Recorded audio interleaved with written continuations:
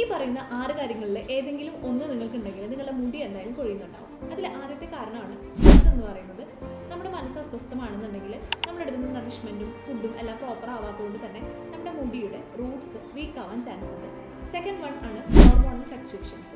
PCOS, thyroid, അതുപോലെ postpartum എന്നീ അവസ്ഥയിലൂടെ കടന്നു പോകുന്നവർക്കുള്ള ഹോർമോണൽ ഫ്ലക്ച്വേഷൻസ് കൊണ്ട് അവർക്ക് മുടി കൊഴിച്ചിലുണ്ടാകും. തേർഡ് വൺ ആണ് ന്യൂട്രിയൻ ഡെഫിഷ്യൻസീസ്. അതായത് അയൺ കുറവുള്ളവർ, വിറ്റമിൻ D കുറവുള്ളവർ, B12 കുറവുള്ളവർ, ബയോട്ടിൻ എന്ന ഹോർമോണിൻ്റെ കുറവുള്ളവർ, അങ്ങനെയുള്ളവരിലെല്ലാം മുടി കൊഴിച്ചിൽ കാണാറുണ്ട്. പിന്നെ വരുന്നതാണ് നമ്മൾ ഹാർഡ് വാട്ടറും അതുപോലെ തന്നെ അതിൻ്റെ കൂടെ തന്നെ നല്ല കെമിക്കൽസ് ആയിട്ടുള്ള ഹാർഡ് ഷാമ്പൂസും യൂസ് ചെയ്യുന്നുണ്ടെങ്കിൽ മുടിയുടെ തിക്നെസ്സിനെ അത് ബാധിച്ചിട്ട് ബ്രേക്കേജിന് ചാൻസ് ഉണ്ട്.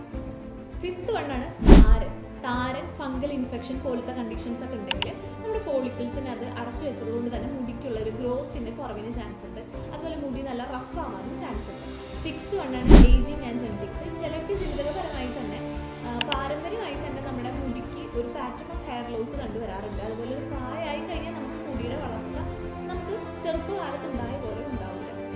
ഈ പറഞ്ഞ 6 കാര്യങ്ങളിൽ ഏതെങ്കിലും നിങ്ങൾക്കുണ്ടോ എങ്കിലും നിങ്ങൾ വിഷമിക്കേണ്ട. ഇത് നമുക്ക് റിവേഴ്സിബിൾ ആയിട്ടുള്ളതാണ്. റൈറ്റ് ട്രീറ്റ്മെൻറ്റ് എടുത്തു കഴിഞ്ഞാൽ നമുക്ക് റൈറ്റ് റിസൾട്ട് ഉണ്ടാവുന്ന കാര്യമാണ്. I am Dr. Lakshmi K. Anand, founder of Yaga Ayurveda trichologist, cosmetologist and Stree Roga consultant.